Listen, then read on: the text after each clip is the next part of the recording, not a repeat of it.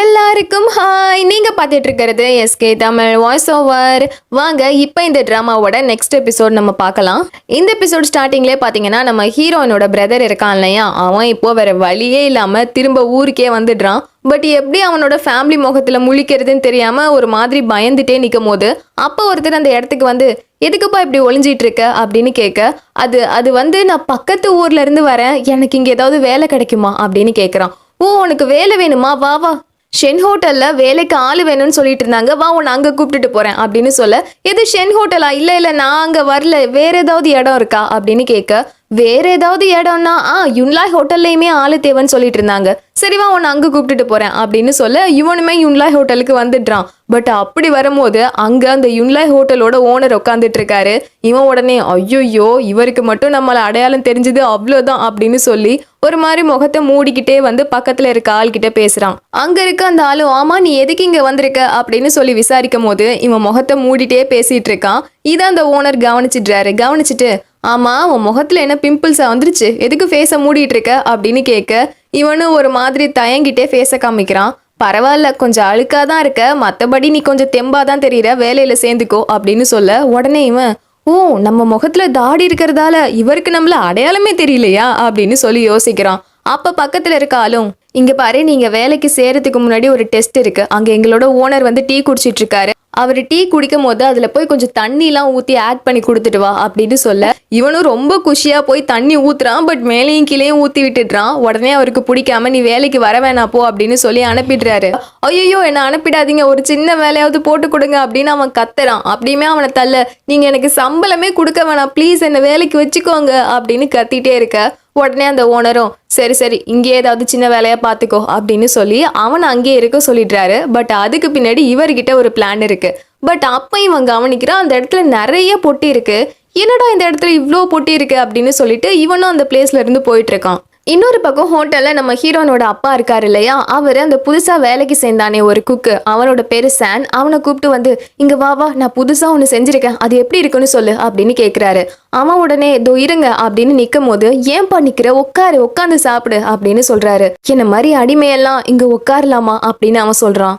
அட என்னப்பா அடிமைன்னுலாம் சொல்லிட்டு இருக்க, உன்னை எங்க குடும்பத்துல ஒரு ஆளா தான் பார்த்துட்டு இருக்கோம், அதோட உன்னை யாராவது அடிமையா வச்சிருக்காங்களா, வச்சிருந்தா சொல்லு, உன்னை நான் மீட்டு கொண்டு வரேன் அப்படின்னு சொல்ல, இல்ல அதெல்லாம் ஒன்றும் கிடையாது அப்படின்னு சொல்லிட்டு அவன் சாப்பிட்டு பார்க்குறான். சாப்பிட்டு பார்த்துட்டு ஏதோ பரவாயில்ல அப்படின்னு சொல்றான். ஏதோ பரவாயில்லையா, இது எல்லாத்தையும் நான் கஷ்டப்பட்டு ஃப்ரை பண்ணி செஞ்சேன். ஐயோ நீங்க சமைக்கிறது எல்லாத்தையுமே ஃப்ரை பண்ணி தான் செய்றீங்க, அதனால எல்லாமே எனக்கு ஒரே டேஸ்ட்ல தான் தெரியுது. சொல்ல போனா இங்க இருக்க எல்லாருமே இது புதுசா சாப்பிட்றதுனால தான் இந்த அளவுக்கு எல்லாருக்கும் இது பிடிச்சிருக்கு. பட் இதையே தொடர்ந்து சாப்பிட்டாங்கன்னா எல்லாருக்குமே இது பிடிக்காம போயிடும் அப்படின்னு சொல்ல, ஓ அப்படின்னா உனக்கு நிறைய விஷயம் தெரியும் போல இருக்கே, பேசாம நீயே எனக்கு இது எல்லாத்தையுமே எப்படி சமைக்கிறதுன்னு சொல்லி கொடுக்குறியா அப்படின்னு கேட்க, எது நான் சமைக்கணுமா, நான் சொல்லி கொடுப்பேன், பட் நான் ரொம்ப ஸ்ட்ரிக்டா இருப்பேன், பரவாயில்லையா, பரவாயில்ல நீ எனக்கு சொல்லி கொடு அப்படின்னு அவர் கேட்குறாரு. உடனே இவனும் போய் அப்படியே ஸ்டைலா கத்தியை எடுத்து அங்க இருக்க ஒரு காய்கறியை அழகா கட் பண்ணி தண்ணிக்குள்ள போடுறான். அது அப்படியே பூ மாதிரி அப்படியே சுருண்டுக்குது. இதை பார்த்துட்டு இப்போ நீங்களும் பண்ணுங்க அப்படின்னு சொல்ல, ஓ நான் பண்ணணுமா அப்படின்னு இவர் அப்படியே தத்தி கத்தி எல்லாத்தையுமே எடுத்து அதை வெட்டி தண்ணிக்குள்ள போட்டா அது அந்த மாதிரி அழகா சுருளவே மாட்டுது. உடனே சரி நான் மறுபடியும் ட்ரை பண்றேன் அப்படின்னு அவர் ட்ரை பண்ணிட்டே இருக்க, இது அந்த இடத்துக்கு டாயுன் இருக்கா இல்லையா, அவ வேகமா ஹீரோனோட அம்மாவை கூப்பிட்டுட்டு வந்து அங்க பாத்தீங்களா அவர் எவ்வளவு கஷ்டப்பட்டுட்டு இருக்காரு அப்படின்னு சொல்லி காமிக்க, அவங்க உடனே என்ன செய்யறாங்க, சான் கிட்ட போய் இங்க பாருப்பா நீ இந்த ஹோட்டல்ல 2 வேலை பார்த்துட்டு இருக்க, ஸோ உனக்கு நான் இன்னும் கொஞ்சம் சம்பளம் கொடுக்குறேன் அப்படின்னு சொல்லிட்டு நிறைய பணம் கொடுத்துட்டு போறாங்க. பட் நம்ம ஹீரோனோட அப்பா இருக்காரு இல்லையா, அவர் தொடர்ந்து வந்து அந்த காய்கறி கட் பண்றதுக்கு ப்ராக்டிஸ் பண்ணிட்டே இருக்காரு. அதோட இரும்பு கல்லை வச்சு எப்படி ஃப்ரை பண்றதுலாம் ட்ரை பண்ணுவாங்க இல்லையா, அதுக்கு ஒரு வெயிட்டான கல்லா சாண்ட் கொடுத்துடுறான். அதை கூட அவரால் தூக்க முடியல. ஸோ அதை தூக்கணுன்னே இவர் தனியாக எக்ஸசைஸ்லாம் பண்ணி கஷ்டப்பட்டு அதுக்காக ரொம்ப எஃபோர்ட் போட்டுட்டு இருக்காரு. இப்படியே எஃபோர்ட் போட்டு கடைசியில் அந்த காய்கறியை அவர் அழகாக கட் பண்ணி அழகாக பூ மாதிரி சுருண்டு வர மாதிரியே செஞ்சிடுறாரு. இதை கரெக்டாக அங்கே நம்ம ஹீரோயினோட அம்மா பார்க்க, அப்போ டாயின்னு சொல்கிறா, பாத்தீங்களாமா அவர் உங்களை இம்ப்ரெஸ் பண்ணணும்னா இவ்வளோ கஷ்டப்பட்டுட்டு இருக்காரு அப்படின்னு சொல்ல அவங்களுக்கு சிரிப்பு தான் வருது. தென் அப்படியே கொஞ்ச நாள்லயே அந்த செஃப் காம்படிஷனுக்கான நாளுமே வருது. எல்லா செஃப்புமே அந்த காம்படிஷன்ல கலந்துக்கிறாங்க. அண்ட் அந்த பிளேஸ்க்கு நம்ம ஹீரோவுமே போயிருக்கான். பட் இங்க நம்ம ஹீரோனோட அம்மா வந்து அந்த காம்படிஷனுக்கு போகாம வீட்டில் இருக்க, அட வாமா அப்படின்னு சொல்லி ஹீரோயின் அப்படியே அந்த காம்படிஷனுக்கு இழுத்துட்டு போயிடுறா. அப்போ ஹீரோனோட அப்பாவும் அவங்கள பார்த்துட்டு, நீ என்ன பார்க்கணும் தானே வந்த அப்படின்னு கேட்குறாரு. இல்லையே நான் இங்க சும்மா தான் வந்தேன் அப்படின்னு அவங்க பந்தா பண்ணிட்டு போக இதை இவர் பார்த்து சிரிக்கிறாரு. அண்ட் அப்ப அந்த பிளேஸ்க்கு நம்ம ஹீரோ வந்துட்டு இருக்கும் போது அந்த இடத்துல அந்த ஜிங்வான் இருக்கால, அவ சமைச்சிட்டு இருப்பா. அப்ப அவளோட ஸ்பூன் வந்து கீழே விழுந்துரும். உடனே இவர் கரெக்டா கேட்ச் பண்ணி அந்த ஸ்பூனை அவகிட்ட எடுத்து கொடுக்க ரொம்ப தேங்க்ஸ் அப்படின்னு அவ சிரிக்கிறா. பட் இதை நம்ம ஹீரோயின் தூரத்துல இருந்து பார்க்க பாவம் அவளுக்கு ரொம்ப கஷ்டமா இருக்கு. அப்ப ஹீரோவும் ஹீரோயினை பார்த்துடுறாரு. இருந்தாலுமே இவ எதையும் கவனிக்காத மாதிரி ஃபேஸை திருப்பிடுறா. தென் இப்படியே அந்த காம்படிஷன் நடக்க போகுது. அப்போ அங்கே இருக்க ஜட்ஜஸ் எல்லாருமே எந்த மாதிரி ஃபுட்டு சமைக்கணும் அப்படின்னு சொல்லி டாபிக் கொடுக்குறாங்க.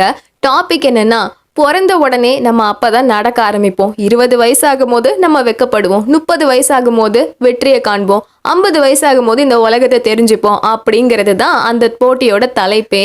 இப்போ இதை கேட்ட உடனே ஒரு நிமிஷம் அங்கே இருக்க யாருக்கும் ஒன்றும் புரியல. ஆனால் ஜிங்வான் இருக்கால, அவளுக்கு ஏதோ ஒன்று புரிஞ்சிருது. ஸோ சமைக்கிறதுக்கு என்ன பொருள் எடுக்கணும்னு அவள் தான் ஃபஸ்ட்டு போய் எடுக்க ஆரம்பிக்க பின்னாடியே மற்ற எல்லா செஃப்புமே வந்து எடுக்கிறாங்க. ஆனால் நம்ம ஹீரோயினோட அப்பாவுக்கு ஒன்றுமே புரியல அந்த டாப்பிக்கை பற்றி. ஏதோ ஏனோ தானோன்னு போய் சமைக்கிறதுக்கு பொருளெல்லாம் எடுத்துட்டு இருக்க உடனே ஹீரோயினோட அம்மா ஓடி வந்து, ஐயோ நீங்கள் என்ன பண்ணிட்டு இருக்கீங்க, நீங்கள் ஏன் சொந்தமாக எதுவும் எடுக்காம மற்றவங்க எடுக்கிற இன்க்ரீடியன்ஸே எடுத்துட்டு இருக்கீங்க அப்படின்னு சொல்ல, ஏன்னா எனக்கு என்ன சமைக்கிறதுனே தெரியல, ஆமாம் இது என்ன டாபிக் எனக்கு ஒன்றும் புரியல அப்படின்னு சொல்லி அவர் குழம்புறாரு.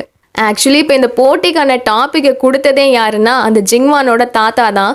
இதை நம்ம ஹீரோ கரெக்டாக நோட் பண்ணிட்டு, இந்த டாப்பிக்கை கொடுத்தது நீங்கள் தானே, ரொம்ப கிளியரான டாப்பிக்கை கொடுத்துருக்கீங்க போல அப்படின்னு சொல்ல, அப்போ பக்கத்தில் இருக்க இன்னொருத்தர், பரவாயில்லையே இந்த டாப்பிக்கை கொடுத்தது நீங்கள் தானே சொல்லி அந்த பையன் கரெக்டாக கண்டுபிடிச்சிட்டானே அப்படின்னு சொல்ல, அதனால தான் எனக்கு மாப்பிள்ளையா இவனை நான் செலக்ட் பண்ணி வச்சிருக்கேன் அப்படின்னு அந்த தாத்தா சொல்ல, இதுக்கு வாயை மூடிட்டு இருந்திருக்கலாம் அப்படின்னு ஹீரோவுக்கு தோணுது. பட் இவங்களுக்கும் ஆப்போசிட்லேயே பார்த்தா அந்த யுன்லாய் ஹோட்டலோட ஓனரும் ஜிஷியாங் ஹோட்டலோட ஓனரும் உட்காந்துருக்காங்க. அப்போ அந்த யுன்லாய் ஹோட்டலோட ஓனர் பக்கத்தில் இருக்க ஆள்கிட்ட ஏதோ குசு குசுன்னு சொல்லி அனுப்ப உடனே ஃபெங் கேட்குறான், என்ன ஏதோ பிளான் போட்டுட்ட போல இருக்கு அப்படின்னு கேட்க, இங்க இருக்க எல்லாருமே ஜெயிக்கிறதுக்காக ஏதோ ஒரு பிளான் பண்ணிட்டு தான் இருக்காங்க, நான் பண்றதுல என்ன தப்பு அப்படின்னு அவன் சொல்றான். இதை நம்ம ஹீரோ பின்னாடி இருந்து பார்த்துட்டு இருக்க, என்னாச்சு என் முகத்துல ஏதாவது இருக்கா என்ன அப்படின்னு அவர் ஹீரோ கிட்ட கேட்க, ஹீரோ அப்படியே ஃபேஸை திருப்பிடுறாரு. இன்னொரு பக்கம் ஜிங்வானை பார்த்தா வேக வேகமா சமைச்சிட்டு இருக்கா, டைமும் போயிட்டே இருக்கு. ஆனா ஹீரோனோட அப்பா இன்னும் எதுவுமே சமைக்க ஆரம்பிக்கல. அவருக்கு என்ன சமைக்கிறதுன்னு தெரியல, நின்றுட்டே இருக்காரு. உடனே இவங்க பின்னாடி இருந்துட்டு, என்ன சமைக்காம நிக்கிறீங்க, ஏதாவது செய்யுங்க அப்படின்னு சொல்ல, இல்ல எனக்கு இந்த டாபிக்கே புரிய மாட்டேது. ஒரு விஷயம் இப்பதான் தோணுது, பிறக்கும் போது தவழ்ந்து வரும், 20 வயசு இருக்கும் போது வெக்கம் வருது, இது வந்து மனுஷனோட வாழ்க்கையை தானே குறிக்குது அப்படின்னு அவர் கேட்க, ஆமாம்மா நீங்க கரெக்டா சொல்றீங்க, அப்படின்னா நான் வாழ்க்கையை பத்தி தான் இப்ப ஏதோ சமைக்கணும்ல, இது ஈஸி நான் சமைச்சிருவேன் அப்படின்னு போறாரு டக்குன்னு. ஆமா நான் வாழ்க்கையை பத்தி என்ன சமைக்கிறது அப்படின்னு யோசிக்க, ஐயோ இவரை வச்சுட்டு என்ன செய்யறது அப்படின்னு இவங்க யோசிக்கிறாங்க. பட் இதுவே இன்னொரு பக்கம் நம்ம ஹீரோனோட பிரதர் இருக்கான் இல்லையா, அவன் இப்போ யுன்லாய் ஹோட்டல்ல பாத்திரம் கழுவிட்டு இருக்கான். அப்ப அங்க இன்னொருத்தன் வர, இன்னும் எவ்வளவு பாத்திரம் தான் ஏன் கொடுப்பேன், என்னால விளக்க முடியாது அப்படின்னு அவன் சொல்ல, ஐயோ உன்னை நான் பாத்திரம் விளக்க சொல்லல, ஒரு நிமிஷம் இங்க வா அப்படின்னு கூப்பிட, என்ன விஷயம், அது என்ன விஷயம்னா எங்களோட மாஸ்டர் உனக்கு இப்போ ஒரு புது டாஸ்க் கொடுத்துருக்காரு, அதை மட்டும் நீ ஒழுங்கா செய்யல அவ்வளோதான். அப்படியா, என்ன டாஸ்க்கு, அது என்னன்னா பக்கத்துல செஃப் காம்படிஷன் நடந்துட்டு இருக்கு, நீ அந்த காம்படிஷனுக்கு போய் அங்க ஷென் ஃபேமிலியை சமைக்க விடாம தடுக்கணும், அவங்கள அந்த போட்டியில தோக்க வைக்கணும் அப்படின்னு சொல்ல, எனது அது நான் பண்ணணுமா, ஆமா அது நீ தான் பண்ணணும் கிளம்பு அப்படின்னு சொல்ல, அது எப்படி என் குடும்பத்தை நானே தோக்க வைக்கிறது அப்படின்னு சொல்லிட்டு இவன் குழப்பத்திலேயே காம்படிஷனுக்கு வரான். அங்க வந்து இவனோட அப்பாவை பார்த்துட்டு இருக்கான். பட் இவன் இப்படி ஒளிஞ்சிருந்து பாக்குறத யாங் கண்டுபிடிச்சிடுறா. உடனே அவ வேகமா ஓடி போய், அப்பா இங்க என்ன பண்றீங்கப்பா அப்படின்னு சொல்லிட்டு ஹக் பண்ணிட்டு ஓன அழ ஆரம்பிச்சிடுறா. இதை பார்த்த உடனே நம்ம ஹீரோனோட அம்மா இருக்காங்கல்ல, அவங்களுமே வேகமா ஓடி வந்து யாங் என்ன பண்ற அப்படின்னு பார்க்கும்போது, அப்பதான் அங்க இருக்க பையனை இவங்களும் பாக்குறாங்க. டேய் இவ்வளோ நாள் நீ எங்கடா போன அப்படின்னு சொல்லி இவங்க அவங்கிட்ட பேச ஆரம்பிக்கும் போது, இதை நம்ம ஹீரோனோட அப்பா நோட் பண்ணுவாரா. அதை கவனிக்கும் போது தெரியாம இவரு அந்த இரும்பு கல்ல கையிலே போட்டுப்பாரு. ஸோ கையில நல்லா அடிபட்டுரும். பட் இப்போ ஹீரோனோட பிரதரும், இல்லை என்கிட்ட எதுவும் பேசாதீங்க கிளம்புங்க அப்படின்னு சொல்லிட்டு அங்கிருந்து எஸ்கேப் ஆயிடுவான். இவங்களுமே வேகமா வந்து ஹீரோனோட அப்பா கிட்ட வந்து என்னாச்சுங்க அப்படின்னு பேசிட்டு இருக்கும் போது, ஹீரோ இருக்கான்ல அவன் ஏதோ தப்பு நடக்குதுன்னு புரிஞ்சுக்கிட்டு வேகமா ஹீரோனோட பிரதர் பின்னாடியே போறான். பட் ஹீரோயின் உடனே இல்ல வேண்டாம் அப்படின்னு சொல்ல, உடனே ஹீரோ ரிட்டர்ன் வந்துடுறான். அப்போ இங்க ஹீரோனோட அம்மா ஹீரோனோட அப்பா கிட்ட, என்னங்க இப்படி கையில அடிபட்டுருச்சு உங்களுக்கு, சரி வாங்க உடனே ஹாஸ்பிட்டல் போகலாம் அப்படின்னு கூப்பிடுறாங்க. ஹீரோயினும் கூப்பிடுறா. ஹீரோவுமே ஆமா அங்கிள் ஹாஸ்பிட்டலுக்கு போங்க அப்படின்னு சொல்லும் போது, உடனே அவர் அங்க இருக்க எல்லாரையும் பார்த்துட்டு, நான் ஹாஸ்பிட்டல் போயிட்டா இந்த காம்படிஷனை யார் அட்டன் பண்ணுவா, ஆனா உங்க கையில தான் அடிபட்டுருச்சு, அடிபட்டாலும் பரவாயில்ல, இந்த காம்படிஷன்ல நான் ஜெயிக்கணுன்றதுக்காக பார்ட்டிசிபேட் பண்ணல. என்ன நான் உங்க எல்லார்கிட்டயுமே ப்ரூவ் பண்ணி காமிக்கணுன்றதுக்காக தான் கலந்துருக்கேன். ஓகேவா? என்ன ஆனாலும் சரி, என்னால சமைக்க முடியாம போனாலும் சரி, இந்த போட்டியில நான் தோத்து போனாலும் பரவாயில்ல, நான் ஒரு பெரிய செஃப் தாங்கிறத உங்க எல்லார்கிட்டயும் நான் கண்டிப்பா ப்ரூவ் பண்ணி காமிப்பேன் அப்படின்னு அவர் சொல்ல, இவங்களும் புரிஞ்சுக்கிட்டு சரி அப்படின்னா நல்லபடியா சமைங்க, ஆல் தி பெஸ்ட் அப்படின்னு சொல்ல, எல்லாருமே ஆல் தி பெஸ்ட் சொல்றாங்க. நம்ம ஹீரோவுமே ஆல் தி பெஸ்ட்னு சொல்ல, இவருமே சிரிச்சுட்டே சமைக்க ஆரம்பிக்கிறாரு. தென் இப்படியே கொஞ்ச நேரத்துல டைம் அப் ஆயிடுது. எல்லாரும் சமைச்சு முடிச்சிடுறாங்க. அங்க இருக்க ஜட்ஜுமே எல்லாரோட சாப்பாடையுமே பார்க்க வராரு. அப்போ இந்த ஜிங்வான் சமைச்சதெல்லாம் பார்த்தா ஐயோ சூப்பரா சமைச்சு வச்சிருக்கா. அங்க இருக்க எல்லாருக்குமே அது ரொம்ப பிடிச்சிருக்கு. அப்படியே ஜிஷங் ஹோட்டல் சமைச்சிருக்கிறதும் நல்லா இருக்கு. அதோட அந்த யுலான் ஹோட்டல் இருக்காங்கல்ல, அவங்க பார்த்தா ஏதோ டிராகன் மாதிரி செஞ்சு வச்சிருக்காங்க. பார்க்கறதுக்கே சூப்பரா இருக்கு. அண்ட் இது எல்லாத்தையுமே செக் பண்ணி முடிச்சுட்டு அவங்க கடைசியா நம்ம ஹீரோயினோட அப்பா கிட்ட வராங்க. வந்து பார்த்தா எல்லாமே ரொம்ப ஆர்டினரியான டிஷ்ஷா இருக்கு. அப்பா அவரு, என்னங்க இது, நீங்க எப்போதும் சமைக்கிற டிஷ்ஷே செஞ்சு வச்சிருக்கீங்க அப்படின்னு சொல்ல, கொஞ்சம் சாப்பிட்டு பாருங்க அப்படின்னு அவரு கொடுக்குறாரு. அட, நான் இதை சாப்பிடும்போது நான் ஏதோ என் வீட்டு சாப்பாடை சாப்பிட்ற மாதிரி இருக்கு அப்படின்னு அவர் சொல்ல, அதே தான், எப்போதுமே நான் வேலையை முடிச்சுட்டு எங்க வீட்டில் வந்து எல்லாரோடையும் ஒன்னா உட்காந்து சாப்பிடுவேன். அப்போ எனக்கு எவ்வளோ சந்தோஷமா இருக்கும் தெரியுமா? சொல்ல போனா மொத்தமா நான் இங்க 6 டிஷ் பண்ணி வச்சிருக்கேன். இது எல்லாமே என் ஃபேமிலி மெம்பர்ஸோட ரொம்ப ஃபேவரட்டான ஃபுட்டு.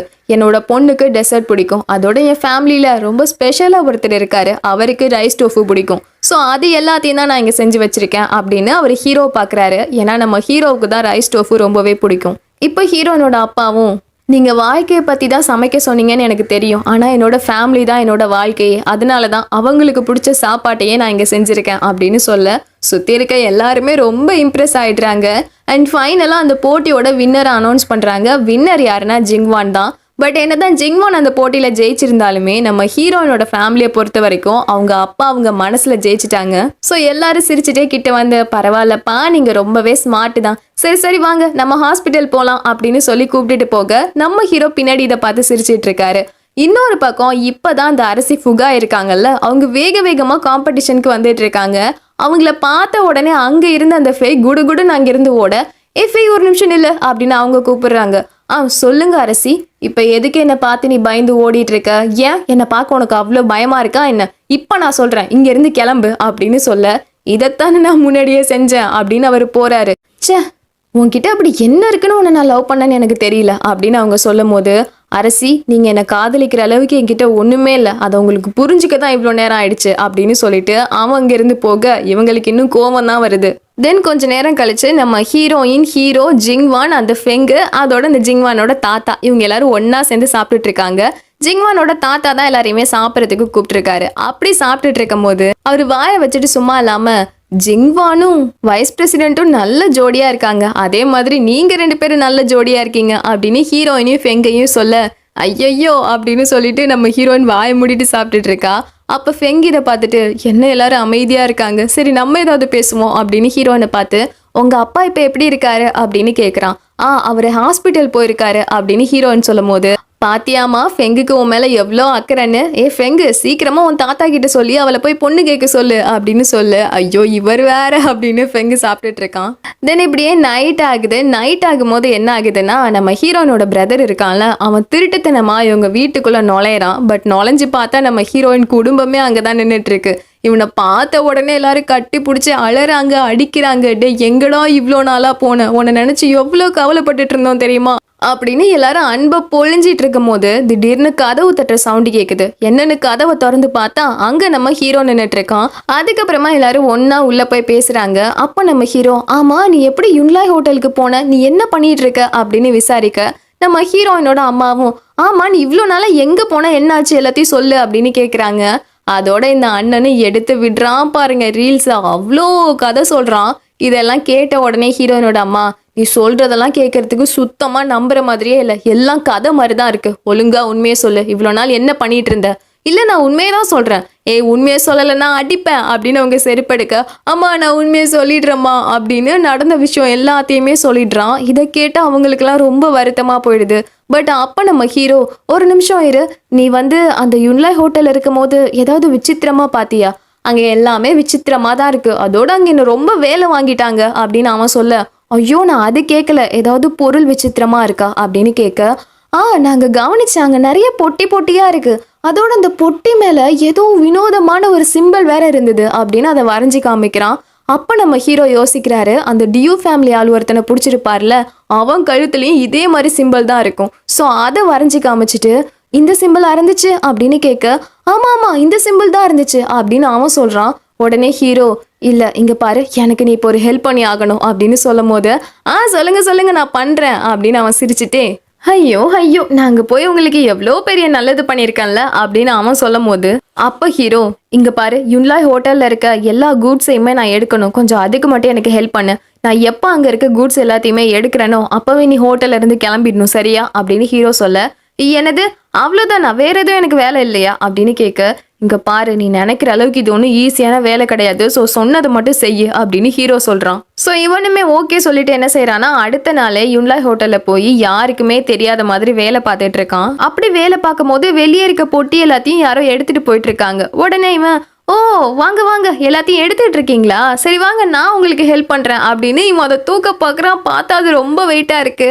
இருந்தாலும் அதை கஷ்டப்பட்டு தூக்கிட்டு இருக்கும் போது, தம்பி ஷென்னு அப்படின்னு ஒரு வாய்ஸ், என்னடா அப்படின்னு திரும்பினா அந்த ஓனர் நின்றுட்டு இருக்கான்.